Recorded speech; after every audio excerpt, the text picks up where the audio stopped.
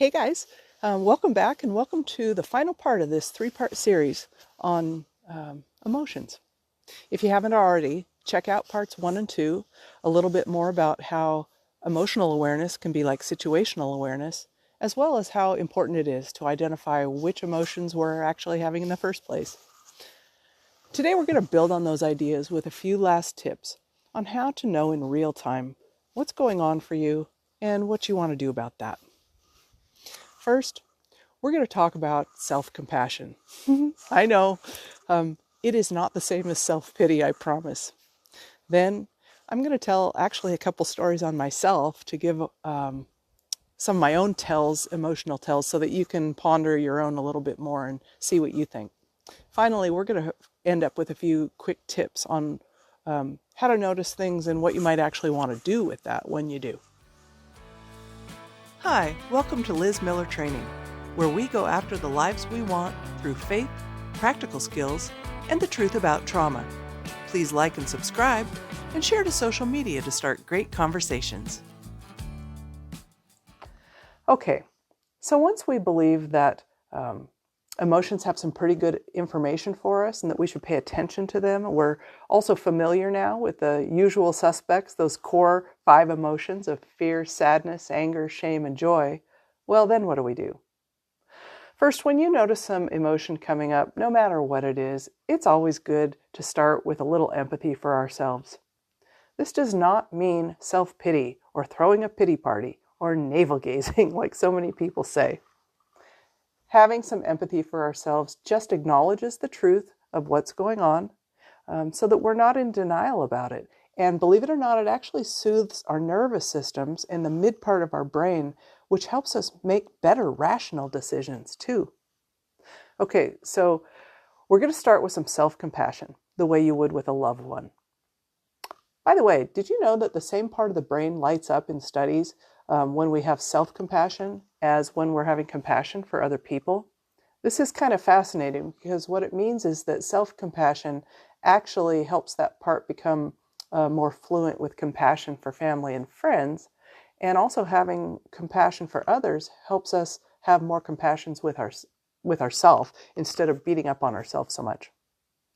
Next, we need to learn what to do to help ourselves the most.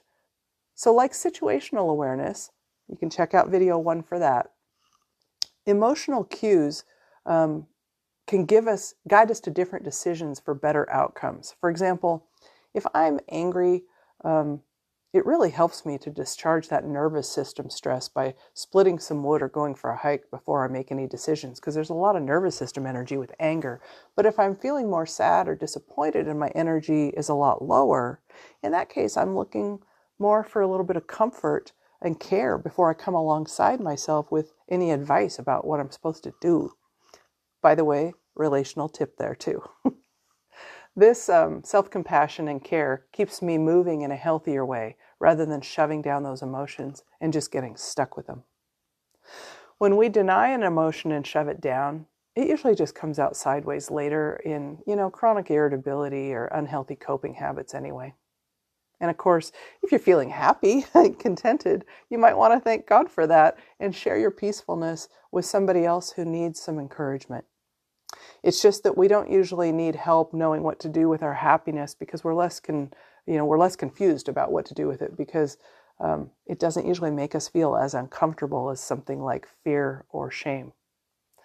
Okay, so now we've soothed our nervous system with some self-compassion, and we've thought about what we might need to do depending on which emotions we've got. Finally, here are a couple personal examples from my own repertoire on noticing what my emotional tells are for clues that I might be letting some emotions I hadn't noticed before drive the bus. You know what tells are, right?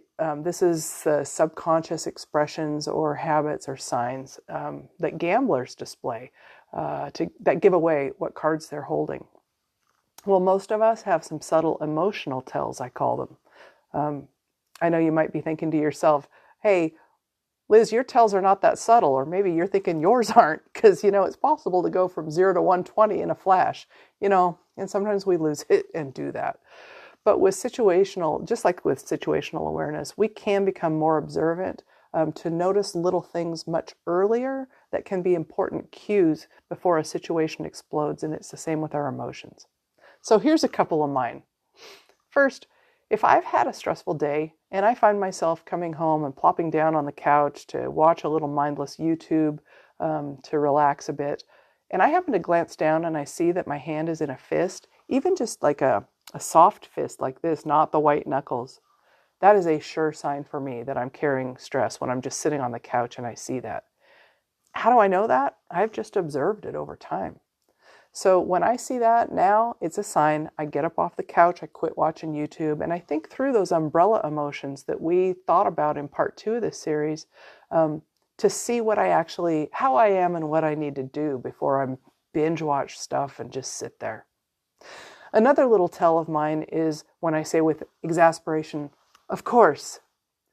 For example, it's been a long day and I'm trying to carry too many sacks of groceries from the car into the house at one time. And as I'm unlocking the door, a bag falls and sends groceries everywhere. And instead of just laughing at myself or keeping my cool like a sane person, if I exclaim, of course, I have learned that this conveys a sense of self-pity or that I'm actually feeling like a victim. It's, of course my groceries fell. Of course, because it's been that kind of day all day and this is how my life goes, of course. For me, it's total victim mode.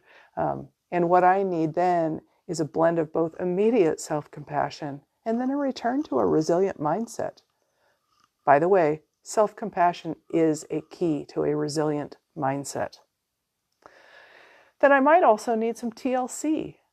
Maybe when my chores are done, I can talk to somebody who loves me, or I can take a great hike through the pine forest outside, or if I can swing it, I can take a hot bath and have an early bedtime.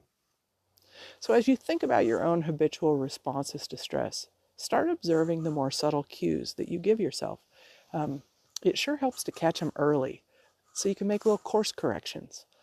With the practice, you can catch these things early and really change the course of your day, creating a more consistent mindset for whatever does come your way.